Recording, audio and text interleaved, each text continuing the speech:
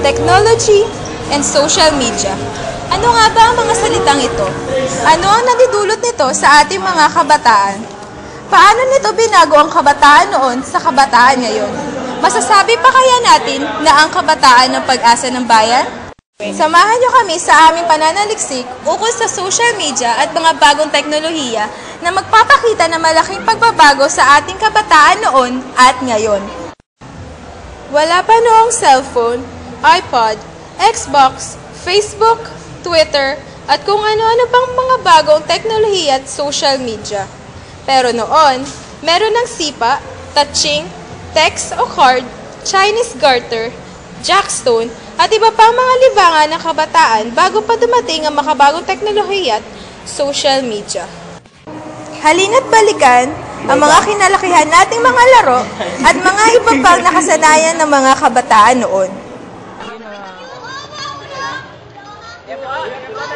Yan, mga hindi po papasok yan, oh. Hindi po papasok yan, yan.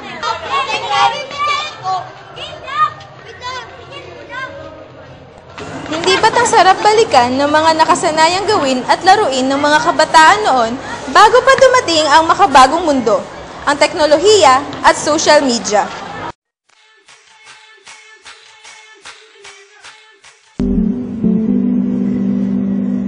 Batid ng dalawa na nakakasira na ang computer sa kanilang buhay.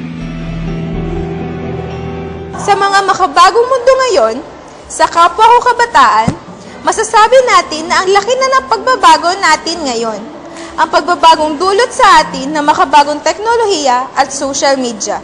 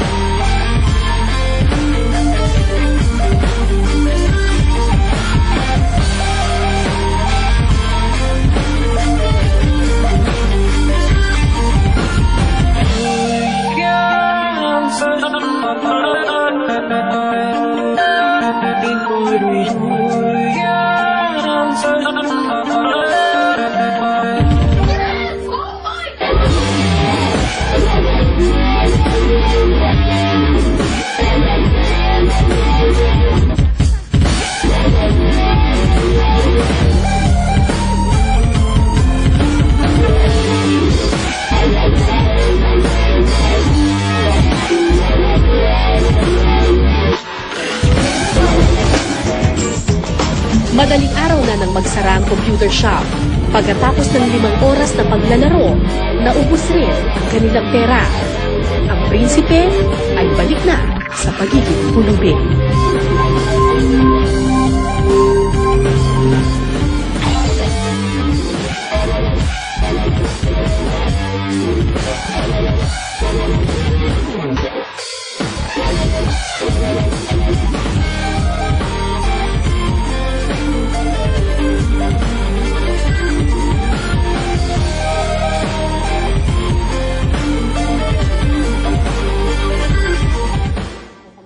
Yan ang mga pagbabagong na idulot ng mga makabagong teknolohiya at social media.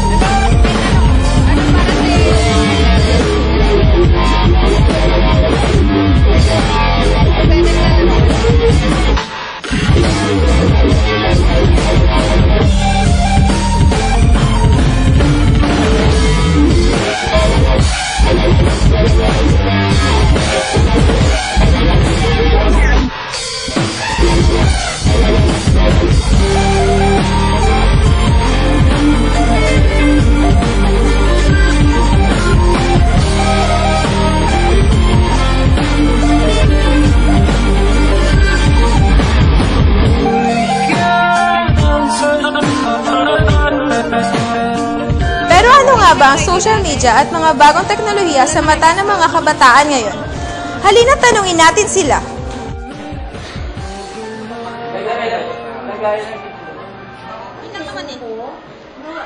Sa bilang ano ma'am, Pero sa may negative din. ano po yung mga negative na sa social media po? Siyempre, pag, di ba, maraming nagbubuli doon, mas madaling kumalat. Yun lang, kamahalan ma'am. Sa mga estudyante po kaya ma'am, ano po yung mga naging dulot po nun? Estudyante. Positive and negative po.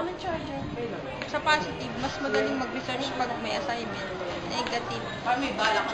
Kasi di ba yung iba, mas dinadaan pag, example, sa Facebook, mas madaling pag may kaaway, mas madaling ano. Kasi yun na lagi ko napapansin. Negative naman po ma'am. Negative? Wala. Wala akong isip eh.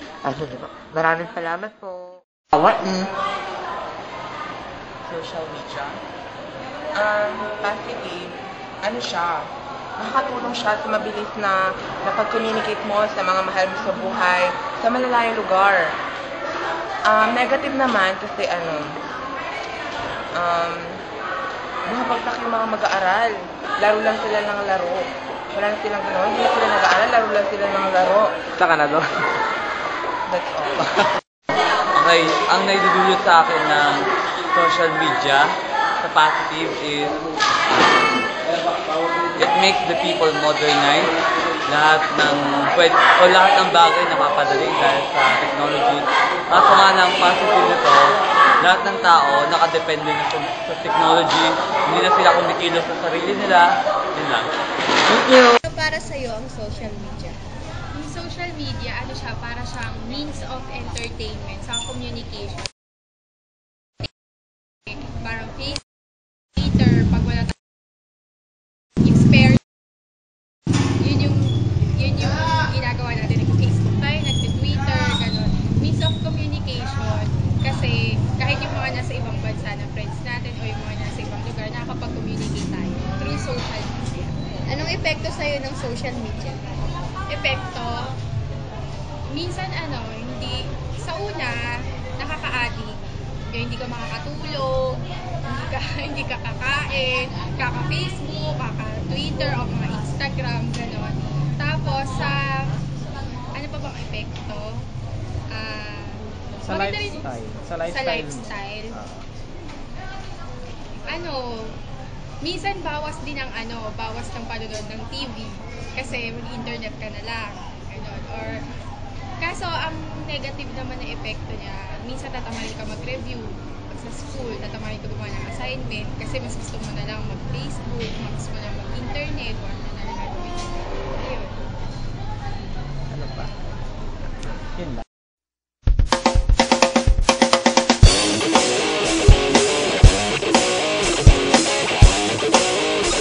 Kabataan noon at ngayon ay maliit lamang ang puwang sa kanilang pagkakalayo sa pagbabago. Ang pagkakaibang ito ay dulot ng ating makabagong panahon. High-tech man ngayon, masasabing iba pa rin ang mga kinalakihan nating gamitin at laruin noon dahil mas mahihikayat nito na maging malikot ang ating mga imahinasyon at ang mga binuo nitong pagkakaibigan na kadalasan ay panghabang buhay. Bagay na hindi nakukuha sa mga social media at bagong teknolohiya na madalas tayo lang ang gumagamit. Sa mga pagbabagong nagaganap sa mga kabataan noon at ngayon, high-tech man o hindi, masasabi natin sila pa rin ang pag-asa ng bayan. At kahit anong pagbabago ang mga nangyayari, magkaroon man ng teknolohiya at social media, hindi pa rin nawawala sa bawat kabataan ang pagiging masayahin at positibo sa buhay. Kahit anong idulot ng teknolohiya at social media, ang kabataan ay kabataan. Pagbabago para sa ating pangarap, pagbabago para sa ating kinabukasan, pagbabago para sa ating tagumpay. Dahil tayong mga kabataan noon o kabataan ngayon, ay siya pa ring pag-asa ng bayan.